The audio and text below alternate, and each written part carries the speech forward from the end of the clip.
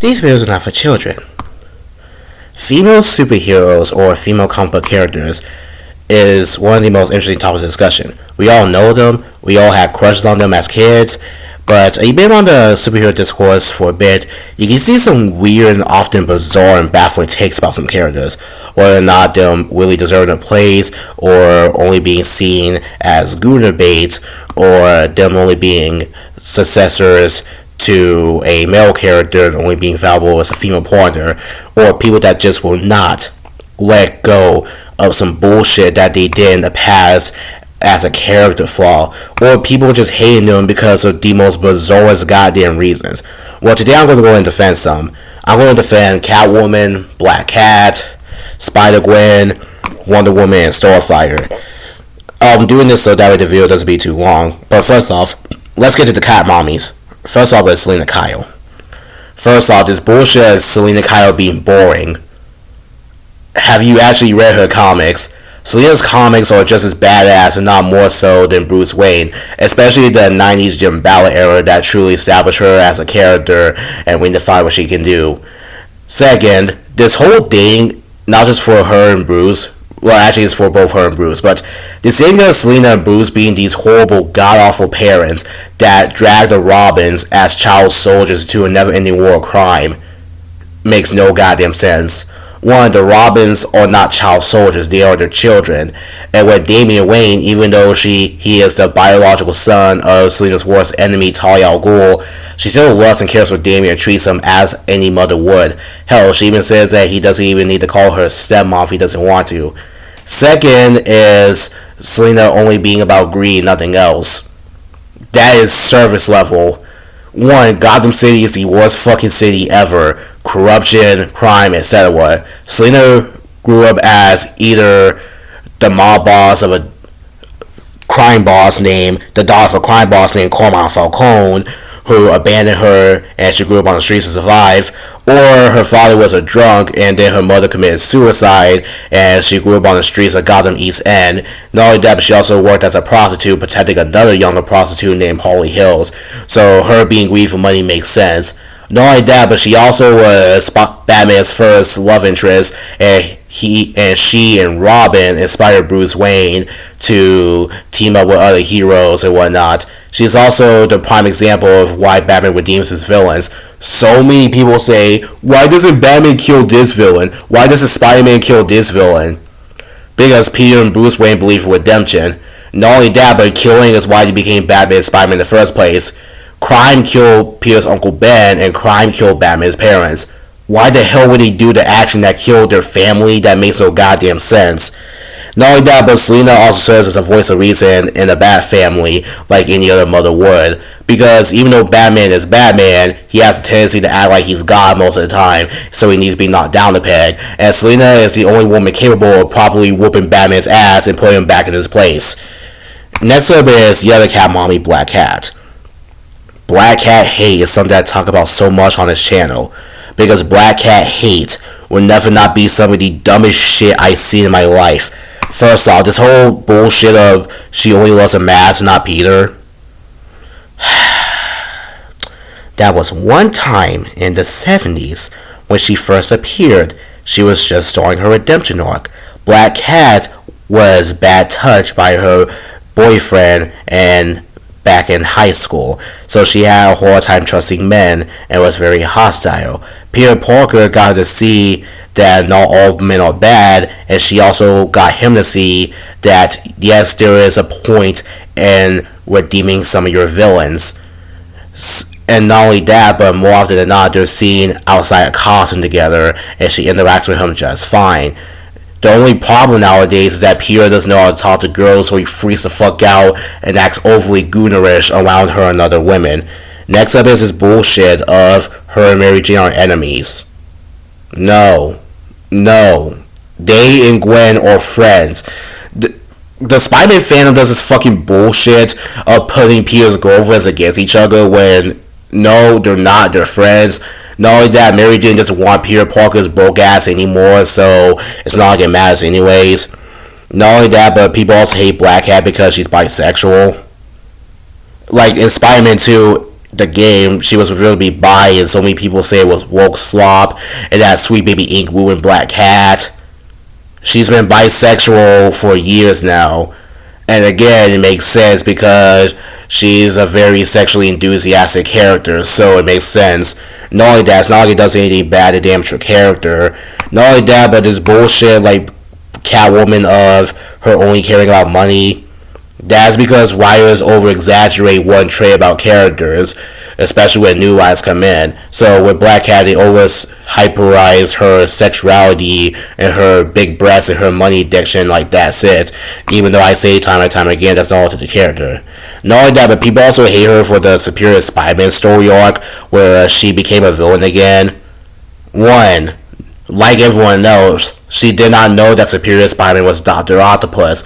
So in her eyes, her teammate betrayed her, whooped her ass, made her a bloody mess, and then sent her to jail for no reason. Not only that, but she also got her mind erased from One More Day with Peter Parker's stupid wish.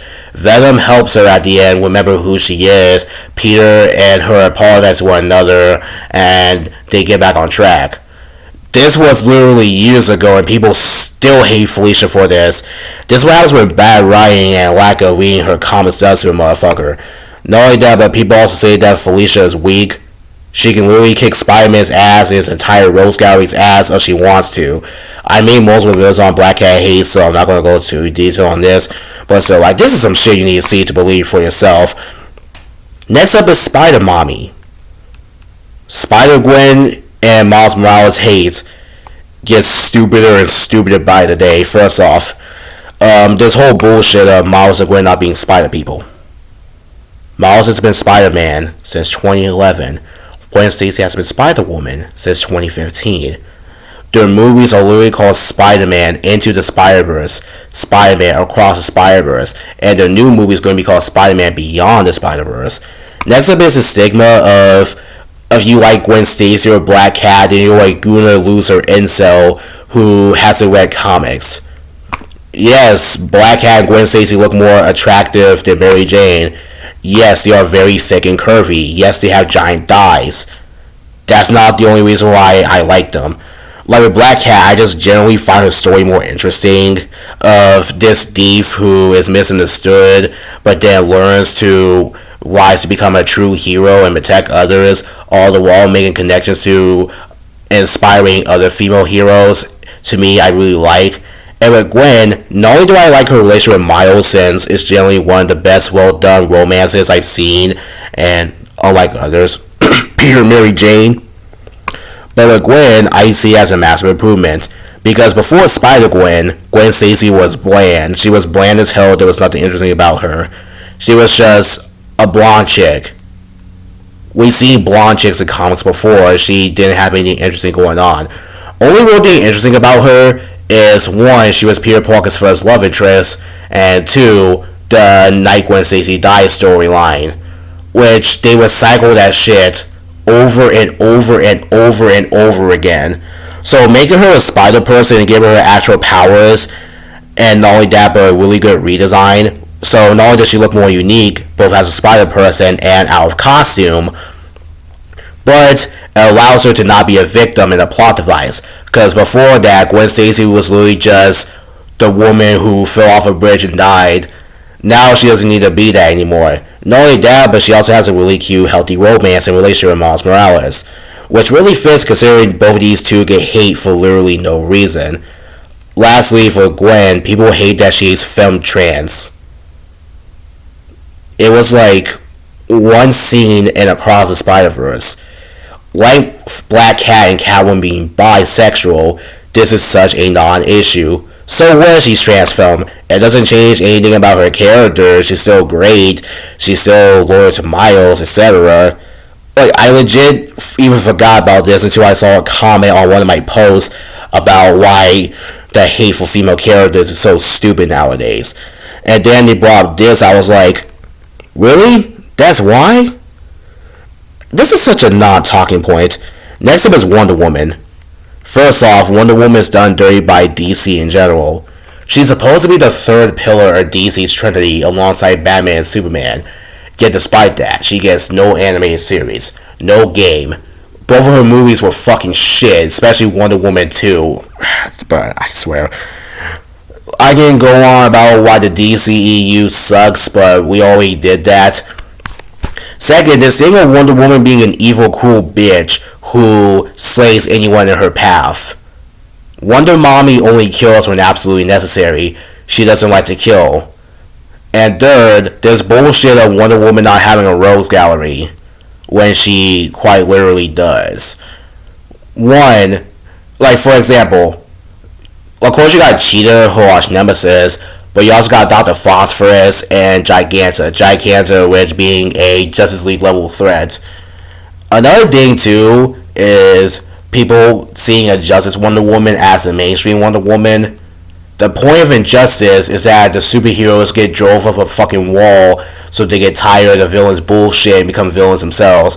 Superman became Injustice because Joker and Harley Quinn killed his wife, knowing that but Harley Quinn got away scot-free, and Joker continued to rage bait him about this. So naturally he snapped, he killed Joker, and then he goes after Batman and the other heroes like Catwoman for not helping him out in time. Which, yeah, Injustice Superman's methods are bad, but you get why he's mad. And with Wonder Woman and Justice, she thinks she's helping out her friend. And because she's a warrior who sees killing as necessary from time to time, especially with people like the Joker, it makes sense why she would do that. Because she too is also being driven up a wall every single day. Next up is this bullshit of Wonder Woman being boring. She literally isn't. She is literally a demigod. There is so much untapped potential with the Amazons that have not been explored because she hasn't had proper adaptation outside of Justice League stuff. And lastly, before we move on to Starfire, can we please stop having her fuck another male Justice League member any other week?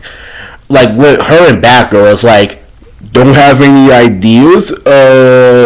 Let's have them date someone. They can be someone's girlfriend. Because Diana isn't just somebody's girlfriend. She is literally Wonder Woman. Lastly, for Starfire.